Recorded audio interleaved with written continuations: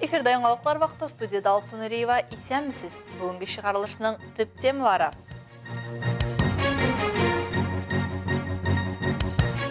Әлмәттә 3D модельләштерү буенча 2-нче Бөтен Россия хакатоны узды. Колабызда Хамит Латыповның шәхси күргәзмәсе ачылды. Түбән Мактамада яшүсмерләр клублары тәрбияләнүчеләре бигүдә сынашты. Исегезгә төшерәбез. 1 декабрьдә физик затларның милек салымнарын түләү срогы тамамлана. Россиядә күчемсез милекләре булган кешеләр һәр ел саен 1 декабрьгә кадәр салым түләргә тиеш. Көз башына милек салымнарын түләү буенча хәбәрнамәләр таратыла башлады. Салым түләүченең шәхси кабинеты кулланучыларына алар электрон рәвештә ясала. Шуңа күрә әлеге сервис кулланучыларына шәхси кабинетларын тикшерергә кирәк. Әгәр дә сез сервиска тоташмагансыз икән, хәбәрләрне почта хезмәте тарафыннан октябрь аенда җиткергән булырга тиеш. Агымдагы елның җәеннән Дәүләт хезмәтләре сайтының шәхси кабинетында да хәбәрләр алу мөмкинлеге барлыкка килде. С 1 июля этого года налоговые уведомления и требования об уплате задолженности по налогам можно получить и на портале госуслуг. Для этого нужно соблюсти два условия.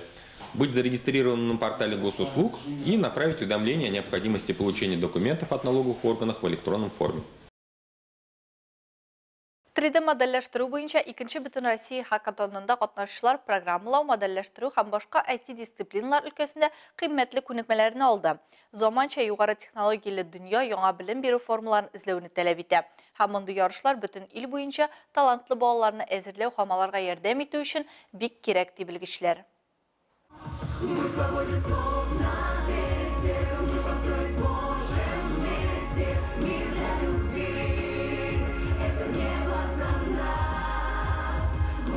Әлмәттә 3D модельләштерү буенча 2-нче Бөтен Россия хакатоны узды. Анда илнең 11 төбәгеннән 50-дән артык кеше катнашты. Для нас, конечно, это супер перспективное направление. У нас есть несколько точек, где мы готовим такие кадры сегодня. Для наших ребят будет очень ценно обменяться опытом. Ну и самое главное, мы, конечно, стремимся стать платформой единой, которая будет объединять не только татарстанцев, но и регионы. И, конечно же, рассчитываем, надеемся, что часть ребят найдут для себя, откроют по новой Альметьевской, возможно, в дальнейшем построить свою судьбу и карьеру нашим городом, развивающимся очень активно. Хакатон еш эшләүчеләр өчен команда ярышлары. Анда 11-17 яшьлек балалар катнаша. Аларның бурычы билгеләнгән вакыт эчендә продуктны эшләү буенча технологик мәсьәләнең оригиналь чишелешен табу. Быел проектлар өчен төп тема экология булды. Каждый год одни и те же задания, это скучно. Поэтому в этом году мы их поменяли, оставили нефтяную отрасль, так как спонсор данного мероприятия Татнефть. Им об этом интересно будет послушать. Нам тоже интересно, какие идеи предложат дети. Также добавили про экологию и благоустройство города. Ике көн дәвамында катнашучылар экспертларга бик күп оригиналь проектлар тәкъдим итте. Мәсәлән, гадәттән тыш хәлләр вакытында сулыкларны нефть түгелүдән чистарту проблемасын хәл итү. Наша основная тема – это эко-виртуальная реальность. Собственно, в нынешнее время мы столкнулись с такой проблемой, что наша природа очень активно загрязняется. Мы собираемся ввести такое понятие, как магнетизация нефти. В самой нефти присутствуют некоторые элементы металлов. За счет этого можно магнетизировать нефть и тем самым собрать ее с помощью магнитной губки. Суворов Дмитрий Артемович, город Альметьевская, Республика Татарстан.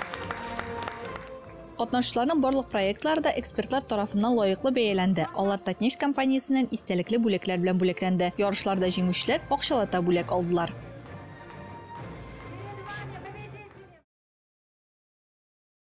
Шәһәрнең картиналар галереясы Татарстанның талантлы кешеләренең иҗаты белән таныштыруын дәвам итә.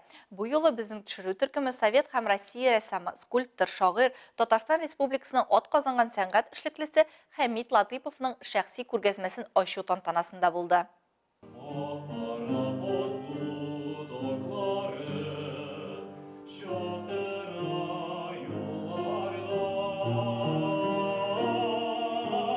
Биредә 60-тан артык эш 2 катта урнашкан. Эхо кайта аваз күргәзмәсе Татарстан Республикасында милли мәдәниятләр һәм традицияләр елына багышлана. Бу үткәннәр авазы бәтик. Үткәннәрдән килгән иҗатның табышы. Яратам элекке темаларга, халык темаларына кагылырга. Хамид Нәҗипович декоратив һәм сынлы сәнгатьнең төрле юнәлеш һәм төрләрендә милли сәнгать алымнарын үстерүче һәм әйдәп баручы осталарның берсе. Үзенең иҗади юлын агачтан яссы рельефта уеп эшләү техникасында башкарудан башлый. Алар чигү орнаментын хәтерләткән, эшләрендә татар фольклоры һәм риваятләре буенча сюжетлы сүрәтләр үрелеп бара. Хамид Латыпов бар эшкә дә оста. Аның иҗади эзләнүләре рәсем сәнгате агачтан уеп ясау белән генә шикләнми. Аның исеме рәсемнәр арасында гына түгел, язучылар арасында да билгеле. 1990 еллардан башлап аның шигъри юллары татар телендәге газета, журналларда да басыла. Ул үз хисабына татар һәм рус телләрендә дистәгә якын китап нәшер иткән. Бу китапларда аның шигырьләре, фәлсәфи фикерләре, иллюстрацияләре урын алган.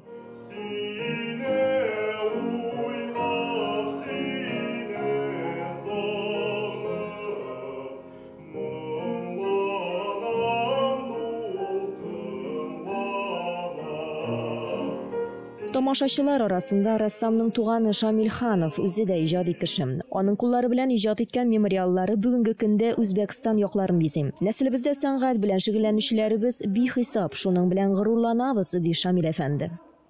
Һәрбер кешедә эшендә бер ниндидер матурлык булырга тиеш. Матурлык үзеннән үзе булмый. Ул менә хәзер художниклар сагы матур нәрсәләр бар бит, алар каралырда. Аларның күзләре ничектер башкача ачыла. Открытие мира дигәндә була. Шуңа күбрәк балаларны шундый выставкаларда барырга кирәк, күрсәтергә кирәк. Күргәзмә 17 гыйнварга кадәр дәвам итәчәк. Әлмәт шәһәре яшүсмерләр клублары тәрбияләнүчеләре тыйф танцы Симбиюдә дип исемләнгән бәйгедә катнаша алдылар. Чара Түбән Мактамада Ротничок яшүсмерләр клубы базасында узды. Яшүсмерләр клубларын 12 яшьтән 18 яшькә кадәрге 3 катнашучыдан командалар тәкъдим итте. Тулырак алдагы минутларда. И мы с вами начнем с разминки с нашего флешмоба. Ну что, готовы? Нашумевшие хиты. Самые нашумевшие. Поехали! Яшүсмерләр клубларын 6 команда тәкъдим итә. 220 вольт аэронавтикалар, краса, планета, электрон һәм ракета. Вовлекая воспитанников в конкурсное танцевальное соревнование, предоставить возможность самовыражения и в творческом искусстве, а нам выявить творчески одаренных детей. Также задачей конкурса было укрепление дружеских связей между воспитанниками и наставниками клубов, воспитание чувства ответственности и коллективизма.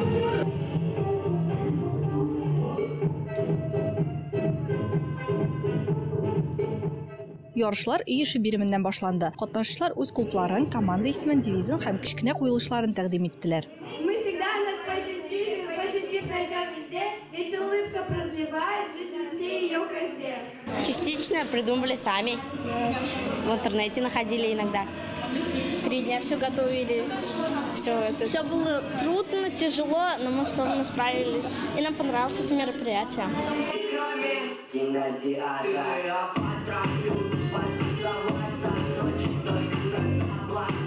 Алга таба катнашучыларны 6 бирем көтә иде. Көзге уяну конкурсында командалар үзләренең бию осталыкларын, бию марафонында вакытка тиз хәрәкәт итү мөмкинлекләрен күрсәттеләр. Бию тарихы конкурсында реакцияләрнең тизлеген тикшерделәр. Шулай катнашучылар үзләрен әкияти геройлар итеп хис итә алдылар. Командада һәм шарлар белән биеделәр.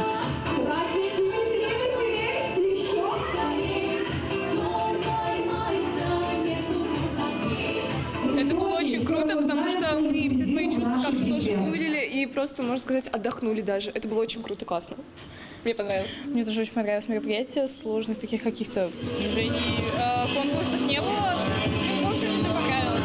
Мне тоже очень понравилось, было очень-очень круто. Танцы — это класс. Барлык катнашучылар да яхшы әзерлек дәрәҗәсен күрсәттеләр. Шуңа жюрига җиңүчеләрне билгеләү шактый кыен булды. На самом деле очень сложно было выбрать победителя. Они очень подготовились, молодцы, чему мы очень рады. И то, что они здесь пришли и участвовали, они уже в танцах. Для нас они молодцы.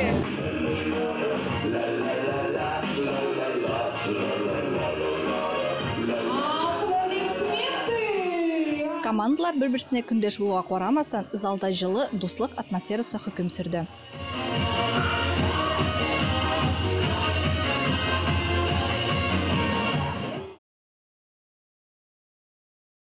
Телекомпаниябыз «Время лучших наставников» исем астында бәйге уздыру турында сөйләгән идек инде. Анда катнашу өчен 13 яшьтән 18 яшькәчә егет кызлар остаз яки укытучылары турында телефонга төшерелгән видео җибәрделәр. Җиңүчеләр яшьләр телевизион проектында алып бару мөмкинлегенә ия булачак. Видеоларны кабул итү тәмамланды. Барлык җибәрелгән гаризалар арасыннан җиңүчене сайлау җиңел булмады. Барлык катнашучылар да яхшы әзерләнгән иде. Аңа карамастан жюри әгъзалары сайлап алу этабында җиңүчеләрне билгеләде. Әлеге этапның ничек үтүе турында бүген ваш лучший вечер тапшыруында күрә алачаксыз. Бөгелмәдә төзелеш техник колледж базасында колледжны тәмамлаучы Александр Наумов истәлегенә хәрби гамәли бәйге ярышлары булып узды. Анда колледжның 8 командасы катнашты. Студентлар физик әзерлекләрен тикшерде, диңгез төеннәрен бәйләде, автоматларны сүтеп җыйды. Чарада безнең төшерү төркеме дә булып кайтты. Хәрби гамәли бәйгедә үз көчләрен 8 команда сынап карарга булган. Аларны Россия герое шүче космонавт Сергей Рыжиков сәламләде. Ярышлар Бөгелмә шәһәренең Шик буй гаскәрләре ветераннары советы белән берлектә оештырылган. Элеккеге хәрбиләр хәрби спорт уеннары белән яшьләрдә патриотик тәрбияләү белән бәйле булган традицияләрне саклап калу һәм ныгыту карарын кабул итә. Һәм шул рәвешле яшь буынны сәламәт яшәү рәвешенә җәлеп итә. На этом мероприятии участвуют 8 команд, студенты данного колледжа. Они будут награждены ценными подарками и поощрительными призами. Ярышларда катнашучылар өчен бәйгенең 7 этабы әзерләнгән. Студентлар пневматик винтовкадан ата, гер күтәрә, автоматны сүтеп җыя, диңгез төеннәрен бәйли, скакалка белән сикерә, ГТО нормаларын тапшыра. Командалар составында 6 кеше. Бу 16-18 яшьлек егетләр һәм кызлар. Барысы да җиңүгә әзер. Для тех, кто первый раз, то есть разбирался, брал автомат, то есть выполнял какие-либо физические упражнения, это тяжеловато. То есть нам это не составит труда. Биремнәр өчен иң күп бал җыю буенча җиңүчеләрне билгеләделәр. Ярыш нәтиҗәсе буенча сварочное производство командасы беренче урында. Җиңүчеләргә кубоклар, дипломнар һәм рәхмәт хатлары тапшырылды. Агыл Шәрәфиева, Зирак Саиткулов, Яңалыклар вакыты, Луч Әлмәт телекомпаниясе. Бүгенге чыгарылышта шулар иде. Мин Алсу Нуриева һәм монтаж операторы Динара Гайнетдинова сезнең белән сау булашабыз. Исән сау булыгыз.